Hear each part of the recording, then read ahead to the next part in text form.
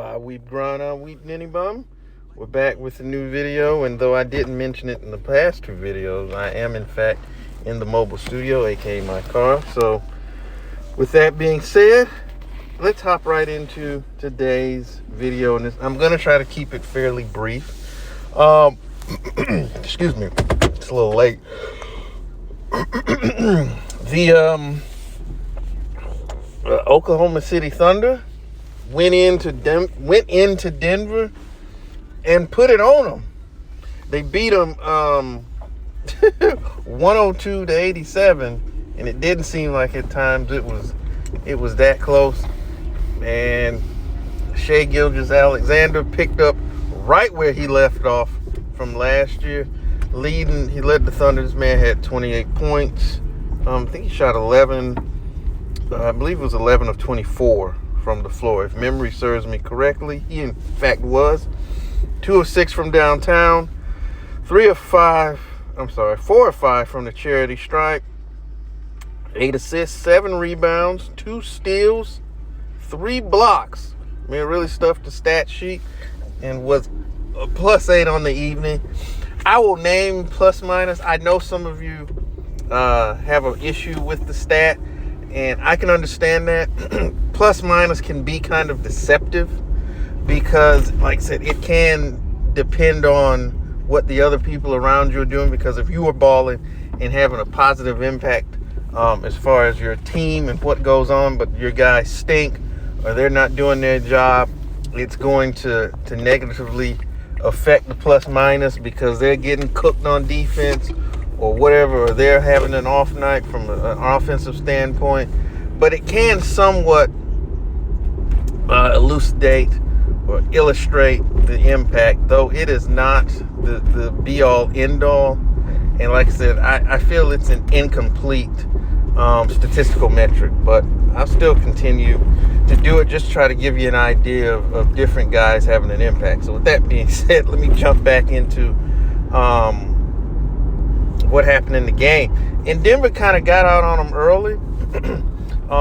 And then, like I said, the Thunder came back and they took the lead. It was around double digits or close to it for most of the time. And really, as I was watching, I kept waiting for Denver to make a run. I'm like, okay, I know a run is coming. They're going to cut into this lead. They're going to make a run. And they just never did. They just couldn't. The Thunder just would not allow them, when I say them, the Nuggets to get going, you know. Jokic had a triple-double. Here's what the 3-time MVP did. He was 6 of 13 from the floor, 1 of 3 from downtown, 3 of 4 from the line. Had 13 rebounds and 12 assists. 12 rebounds and 13 assists. To go along with his 16 points, though he was a -9 on the evening. They were actually really able to control him from an offensive standpoint. It's rare that you see him shoot under 50% to that extent. And they actually did a pretty good job of defending him. And then when you just look at it, just other guys didn't step up. I mean, you have Michael Porter Jr. here. He was 5 of 17 from the floor, 3 of 10 from downtown. I'm going to say something that may be not as popular, but I know it's a phrase that we like to talk about, the modern NBA. The modern NBA, that you have to shoot threes and you have to shoot a lot of them. Do I necessarily want my 6'10" forward just jacking up threes all night long? Excuse me. I get it. I know he can shoot. He's very proficient as a 3-point shooter. But if you're not if it's not going, it's time to go do something else. And I think this is my issue with modern basketball, because it used to be, if the 3 ball or the outside jumper is not working, let me go inside. Let's get to the line. Let's rebound. Let's do other things to try to get yourself going. But today's standards just keep jacking them up, and maybe eventually they'll start to go in, and that's horrible. I think that's a horrible approach to take, because some nights you just won't have it. And rather than keep punching against that wall, go impact the team in other ways, or figure out other ways to potentially get yourself going from an offensive standpoint. And we don't hear about that anymore. You know, that we heard about it in previous eras gone by, but now it's just keep shooting and shooting and shooting, you know, and I just don't agree with that. You know, I think Michael Porter Jr. can do some other things other than just park behind the three-point line. And I feel like I just said this last night talking about Ant-Man, and the same thing applies. But yeah, he was 3 of 10 from downtown, and I'd like to see him bring that number down. Jamal Murray, what did he do tonight? Let's take a look at what Jamal Murray did. 4 of 13 from the floor, 2 of 5 in downtown, 2 of 2 from the line. He had 6 assists and 4 rebounds, and he had 12 points and was a -2. So, yeah, all 5 guys in terms of starters, Denver starters, was in double figures, but none of them shot the basketball particularly well. Christian Braun, who is now in the starting lineup with KCP down in, where did he go? Orlando. He was 8 of 15, so let me take that back. He was 8 of 15 from the floor for his 16 points. 0 of 3 from downtown, and didn't shoot a single free throw. So he was the only starter that actually shot 50% or better from the floor. And I keep bringing that up because I'm a big efficiency guy. That's just how I look at things.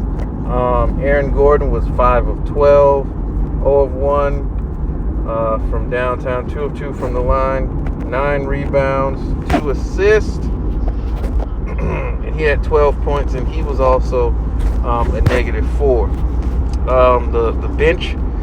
The bench has played a role. The Denver bench got outscored 25-16 by the Thunder. Looking at the bench, this is bad. Russell Westbrook was the leading scorer off the bench with 6 points. Him and I can't pronounce that. Strother had 6 points each. Russell was 2 of 10 from the floor, 1 of 6 from downtown, and Strother was 3 of 6 from the field and 0 of 2 from the land of great beyond. So they just didn't shoot the basketball well, and I think that's a testament to the Thunder's defense. Guys just were not hitting shots. They weren't comfortable, and I'm speaking of the Nuggets. And Shai Alexander just, I mean, the moves that this cat was making, man. I mean, his moves look crisp, look sharp.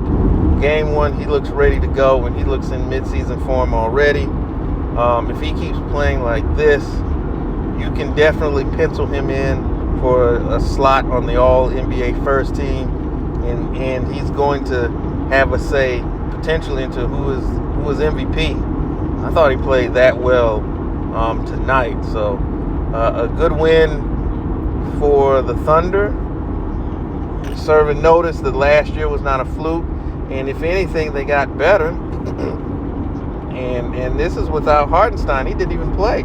He's not playing for another couple weeks. He's got that he had surgery on his hand, so he's going to be evaluated in 5 to 6 weeks, and this is without him. And you know what? Let me see, because I was watching the game on mute, because a lot of times I can't stand the commentary unless it's certain people. But Alex Caruso did play. He played 19 minutes and didn't score. Wow. So once they get Hartenstein and AC gets rolling, you know, we have not even seen what this team is going to be. Granted, it has been one game, but nonetheless, and a good win, good quality win by the Thunder to start the season off. And if you're a Denver fan, it's not time to hit the panic button. Not yet. It's just one game. There's 81 more to go. So, it's going to happen. Sometimes teams just have your number on a given night. They play well, they execute, and they have your number. And that's what happened. So, excuse me, good win again for the Oklahoma City Thunder, who went into Denver, into Ball Arena, and defeated the Denver Nuggets 102-87. So we'll be back with more videos soon. I didn't do the other game because I was not really paying attention, at least not enough to offer any sort of insight based on what I saw. So in the spirit of trying to actually be good at this, I didn't want to get up here and try to BS my way through a game that I didn't watch. So this will be the only video recapping any games tonight. So be back tomorrow. I believe there's a triple header on. So I'll probably do at least 2 of those games. I say that, but we'll see what happens. I know I'll do at least 1. So thank you all for spending a few moments with me. I really appreciate it. Make sure to tell your friends and colleagues about our YouTube channel and our website with the same name, with the .com at the end, sneakershoptalk.com. So thank you all again. Feedback has been good. And as always, make sure to tell the ones that you love them. Peace.